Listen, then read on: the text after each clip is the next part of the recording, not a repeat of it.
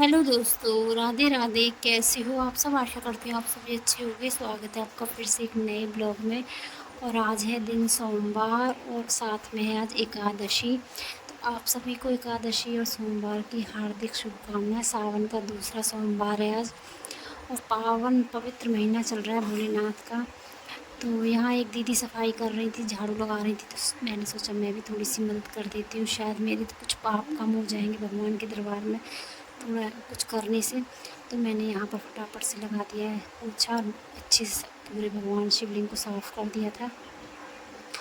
उसके बाद दीदी जा चुकी है शंकर जी पर जल चढ़ाकर, भोलेनाथ पर जल चढ़ाकर सभी जा चुके हैं, जितने भी यहाँ पर लोग और भी थे लोग सब जा चुके हैं। उसके बाद मैंने यहाँ लगा दिया है गेट। उसके बाद करने लगी मैं पूजा, क्योंकि देखो किसी को ब्लॉग में आना पसंद है, किसी को नहीं है, तो इसलिए मैंने किसी को ब्लॉग में नहीं दिखाया है। लेकिन यहाँ पर कई सारे और भी लोग थे, तो सभी जा चुके हैं। उसके बाद मैंने परी ने बैठकर यहाँ पूजा की है। तो घर से ही पंचामृत बनाकर लेकर आई थी, छोटी सी एक गिलसिया है उसमें बनाकर लेकर आई थी। एक गिलसिया में लेकर आई थी कच्चा दूध, गिलसिया यानी कि गिलास का सबसे छोटा वाला हिस्सा है गिलसिया। और साथ में शुद्ध जल लेकर आई थी। तो भोलेनाथ का अभिषेक कर दिया है। और अभिषेक तो क्या, बस अपने से जितना हो सका उतना कर दिया है, क्योंकि देखो हम प्राणी और तुच्छ प्राणी हैं, बिल्कुल पापी हैं। लेकिन भोलेनाथ कहते हैं कि एक बेलपत्र और एक लोटा जल से मैं रीझ जाता हूँ।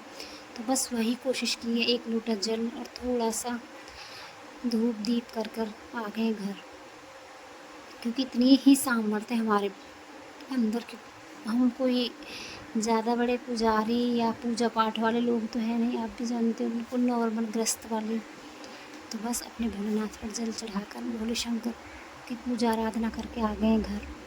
और घर आकर वही काम शुरू हो जाते हैं फिर से, नाश्ता पानी का। तो घर से सारे काम छोटे मोटे ख़त्म करके ही मैं मंदिर गई थी, क्योंकि मेरा मन नहीं करता है कि मैं मंदिर चली जाऊँ और घर में काम मेरे ऐसे ही पड़े रहें। तो मैं कोशिश करती हूँ चाहे थोड़ा सा लेट हो जाऊँ, लेकिन घर के छोटे मोटे काम जो हैं वो सारे ख़त्म हो जाएँ। पानी भर दिया है टंकी में, कपड़े लगा दिए थे मशीन में, झाड़ू पोछा बिल्कुल कंप्लीट कर दिया था। एक दो बर्तन हो जाते हैं, आप भी जानते हो रात में बच्चे पानी पीते हैं, वो सब साफ़ कर दिए थे।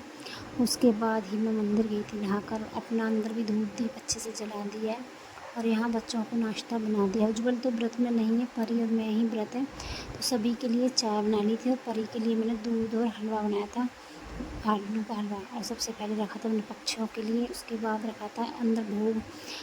और पक्षियों को मैं दाना खाना कुछ भी अगर घर, और मैंने बहुत से पंडित देखे हैं जो कि बताते हैं गाय को रोटी, कुत्ते को रोटी, पक्षियों को दाना और चींटियों को आटा, ये सब डाल देना चाहिए, इससे कर्म अच्छे होते हैं। और हमारे कर्म तो कैसे, वो तो ऊपर वाला ही जाने, लेकिन अपने आप से कोशिश कर देनी चाहिए, जो हम सुनते हैं कम से कम उस पर तो हम अमल करें। तो यहाँ मैं पक्षियों को, जो भी घर में बनता है सबसे पहले पक्षियों को ही निकालती हूँ। कहते हैं साक्षात भगवान नीचे नहीं आते, लेकिन पशु पक्षी ये निर्जीव जानवर जंतु जितने भी हैं, इनमें सब में भगवान का ही वास होता है।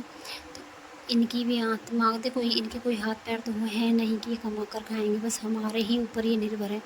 तो बस यहाँ पर पानी रख कर आ गई हूँ, दाना रख कर आ गई हूँ, साथ में जो मैंने खाने के लिए भोग बनाया था वो निकाल दिया है। और उसके बाद लगा दिया था अंदर कान्हा जी का भोग, उसको बच्चों को दे दिया। उसके बाद सभी ने चाय नाश्ता ले लिया है। तो उज्जवल तो व्रत में नहीं है, परी का व्रत है, लेकिन कब तक रहेगा वो मालूम नहीं, क्योंकि आज परी का पेट में दर्द हो रहा है, क्योंकि उससे व्रत में नहीं रहा जाता है, क्योंकि बच्चे स्कूल जाते हैं, थोड़ा सा मन बहल जाता है। लेकिन आज स्कूल नहीं है, छुट्टियाँ चल रही हैं, तो घर में पूरे दिन खेलना कूदना लड़ाई, उसमें कहीं ना कहीं हाथ जूठे लग ही जाते हैं। तो परी का व्रत खंडित हो चुका है। पहले तो मैंने परी को दूध और हलवा बना दिया था, लेकिन कुछ देर बाद ही उसका व्रत खंडित हो गया, क्योंकि उसके भाई ने नमकीन का दाना उसको ज़बरदस्ती खेलते खेलते खिला दिया। तो बस उसका व्रत हो गया था खंडित। फिर उसने मना कर दिया, मैं व्रत नहीं रहूँगी। लेकिन कोई बात नहीं, भक्ति भाव से पूजा करो। भूखे रहने से कहीं भी किसी का भी व्रत नहीं होता है। व्रत होता है पूजा पाठ का, भक्ति भाव का, कुछ अच्छे काम करो उसका। भूखे रहने से कभी भी व्रत नहीं माना जाता है। भगवान भोलेनाथ कहते हैं एक लोटा जल और एक बेलपत्र चढ़ा दो, मैं उसी में खुश हूँ। तो बस जल चढ़ाकर तो हम आ गए थे। उसके बाद ये आलू रखे हुए थे, और कल मैंने पनीर बनाया था सॉरी दूध ख़राब हो गया था तो पनीर बना लिया था, तो थोड़ा सा ही दूध ख़राब हो गया था, लेकिन 3 से 4 चम्मच पनीर बन चुका था। तो वही पनीर रखा हुआ था, तो कुछ आलू और कुछ पनीर को मिक्स कर मैंने बना दिए यहाँ सभी के लिए पराठे। और हलवा मैंने उठा कर रख दिया, मैं कुछ देर बाद खा लूँगी। पहले इनके लिए सबके लिए रोटियाँ बना देती हूँ, सॉरी आलू के पराठे बना देती हूँ। तो दिन का खाना तो मैंने बना दिया था, उसके बाद बर्तन साफ़ किए, कपड़े पड़े थे वो सब छोटे मोटे सारे काम किए। और ये ब्लॉग है शाम का। तो मैंने सुबह ही थोड़े से आलू निकाल कर रख दिए थे, तो आलू और टमाटर की बना लिए मैंने यहाँ पर सब्ज़ी, रायता बना दिया है।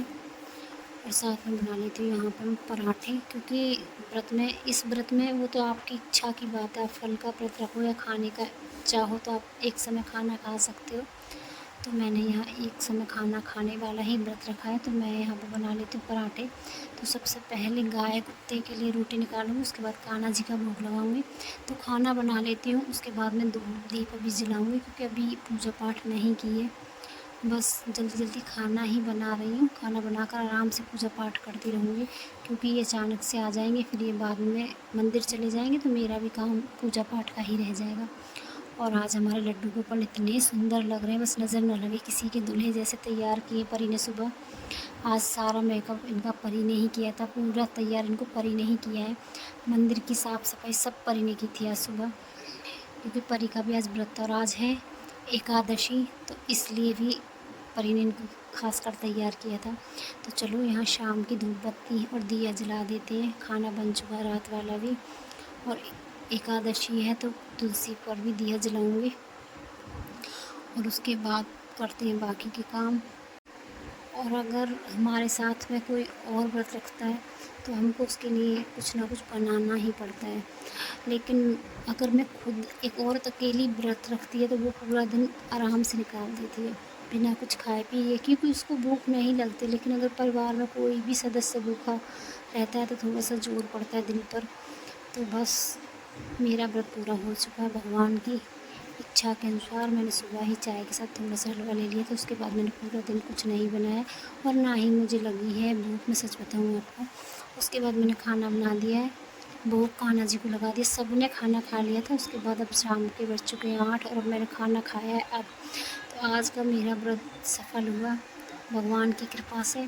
तो चलो यहाँ खाना पीना हो चुका है, परी बर्तन साफ़ कर रही, बोलती है मम्मी आज पूरा दिन आप व्रत में रहे तो बर्तन मैं ही साफ़ करूँगी। बेटियाँ इतनी समझदार होती हैं कि बेटियों की कोई तुलना नहीं कर सकता। बेटियों की तुलना करनी मुझे नहीं लगता है बेटियों की कोई तुलना कर सकता है।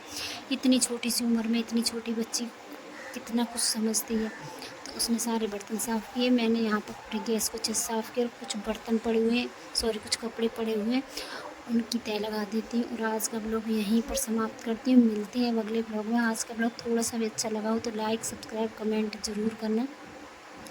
तो चलो यहाँ सारे कपड़े तह लगा देते हैं, उसके बाद मिलते हैं अगले ब्लॉग में। तब तक के लिए राधे राधे, जय भोले।